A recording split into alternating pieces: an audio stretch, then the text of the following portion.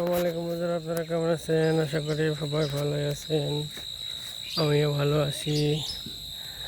তো আমি সব সময় এই যে মাঠঘাটেই থাকতে পছন্দ করি, কারণ গ্রাম আমার ভালো লাগে এবং পরিবেশ সবুজের ভিতরে থাকতেই আমার অনেক সুন্দর মজা লাগে। তাই গোধূলি লগ্নের পূর্ব মুহূর্তে আমি একটু মাঠে এসেছিলাম।